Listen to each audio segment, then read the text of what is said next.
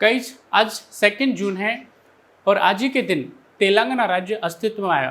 तो सभी देशवासियों को और विशेष तौर पर तेलंगाना के लोगों को तेलंगाना राज्य स्थापना दिवस की अनेक अनेक ढेर सारी शुभकामनाएं। गाइज आज हम और भी राज्यों की स्थापना के बारे में डिस्कस करेंगे। गाइज हम जानेंगे कि बाकी के राज्य और केंद्र प्रशासित प्रदेश कैसे बने, उनकी जर्नी क्या रही, उन पक्षों को भी गाइज हम इस वीडियो में बात करेंगे। तो चलिए इसको देखते हैं आगे। गाइज जब हम बात करते हैं नए राज्यों की स्थापना के बारे में, नए राज्यों की एस्टेब्लिशमेंट के बारे में, नए राज्यों के प्रवेश के बारे में, तो गाइज कॉन्स्टिट्यूशन ऑफ इंडिया के पार्ट 1 के अंदर, यानी जो पार्ट 1 है आपका और इसको भाग फर्स्ट भी आप कहते हो, उसके अंदर क्या है गाइज, यहाँ पे केंद्र और राज्यों की स्थापना के बारे में उपबंध करके बताए गए हैं, उपबंध उनके दिए गए हैं। तो यहाँ पे गाइज जब भी कोई नया राज्य बनाया जाएगा, किसी नए राज्य को स्थापना की जाएगी, उसको प्रवेश दिया जाएगा, तो वो किसके थ्रू दिया जाएगा, तो पार्ट 1 में उसके लिए विशेष उपबंध किए गए।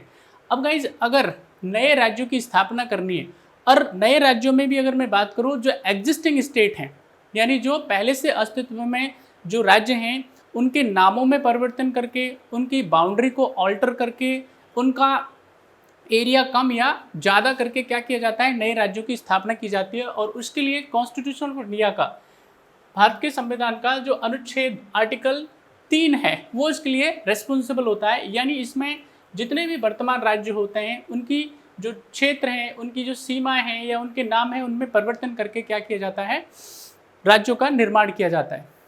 गाइस कॉन्स्टिट्यूशन ऑफ इंडिया का एक आर्टिकल और है जो 2 है, उसमें भी नए राज्यों की स्थापना और प्रवेश से संबंधित विषय हैं। यानी इसमें अगर कोई राज्य जो भारत के क्षेत्र में अक्वायर किया जाता है या उसको ऐसा कह सकते हैं कि युद्ध के थ्रू विजिट किया जाता है, तो ज़्यादातर उन राज्यों को आर्टिकल 2 के थ्रू क्या किया जाता है, प्रवेश दिया जाता है। लेकिन जो एग्जिस्टिंग स्टेट हैं उनको जो प्रवेश दिया जाता है वो अनुच्छेद 3 को ध्यान में रखते हुए किया जाता है। तो गाइज यहाँ पे सारे बच्चों को पता होना चाहिए कि जो तेलंगाना राज्य की स्थापना हुई है उसमें आर्टिकल 3 का इस्तेमाल किया गया है। यानी जो तेलंगाना राज्य बना वो आंध्रा से अलग करके बनाया गया था। आंध्रा बड़ा राज्य है, उसको तोड़ करके ये दूसरा राज्य तेलंगाना बनाया गया।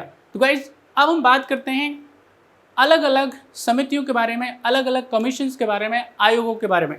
तो गाइज सबसे चर्चित आयोग आता है धर आयोग। गाइज धर आयोग की जो स्थापना की गई थी वो ये पता करने के लिए की गई थी कि राज्यों की जो स्थापना है, राज्यों का जो प्रवेश है, वो भाषा के आधार पर किया जा सकता है या नहीं किया जा सकता। तो गाइज यहाँ पे धर आयोग ने अपनी जो रिकमेंडेशंस दी।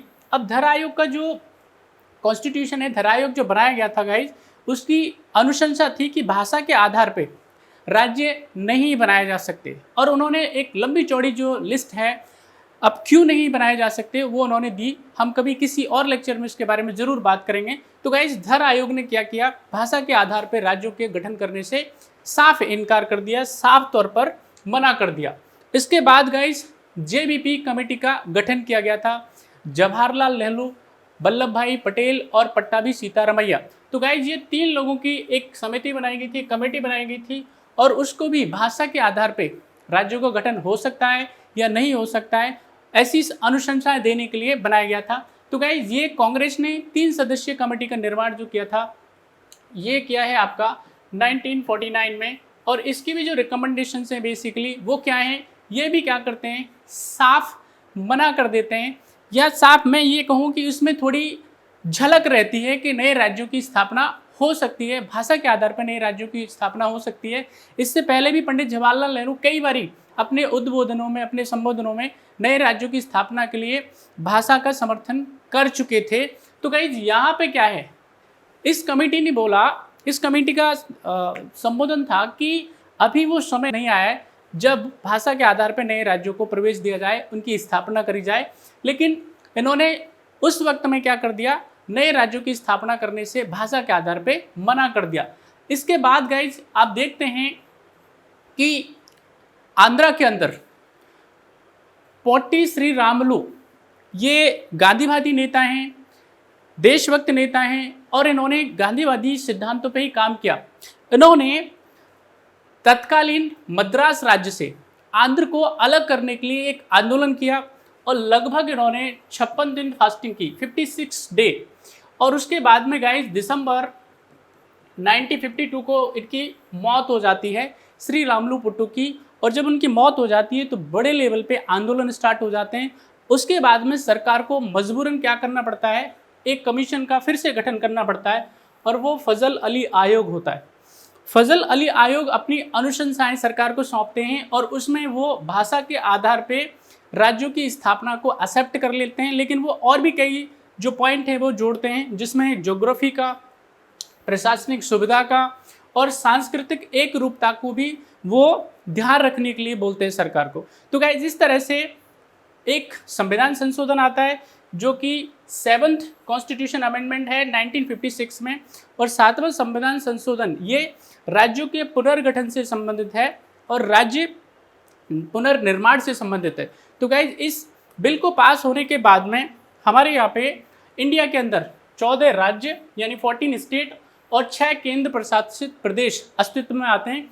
और इसके बाद गाइज ये जो प्रक्रिया है वो अनवरत चलती आती रहती है। और उसके बाद में आप देखते हैं 2 जून 2014 को, आज जिस उपलक्ष्य में हम बात कर रहे हैं 2 जून के बारे में बात कर रहे हैं, यानी 2 जून 2014 को क्या होता है, तेलंगाना राज्य भी अस्तित्व में आता है। 2 जून 2014 के तेलंगाना स्थापना के बाद में गाइज अगर हम वर्तमान की बात करते हैं तो गाइज 5 अगस्त 2019 को 2 केंद्र प्रशासित प्रदेश बनाए गए थे, जिनमें जम्मू कश्मीर और लद्दाख अलग अलग केंद्र प्रशासित प्रदेशों को बनाया। तो गाइज आज की डेट में अगर हम इंडिया की बात करते हैं तो भारत में 28 राज्य हैं और गाइज 8 केंद्र प्रशासित प्रदेश हैं, यूटीज हैं। तो गाइज ये आपका प्यारे भारत का स्ट्रक्चर है, वर्तमान संरचना है। तो आपको आई होप ये पसंद आएगा। बाकी अगले वीडियो में मिलते हैं, अपना ध्यान रखें। Thank you so much.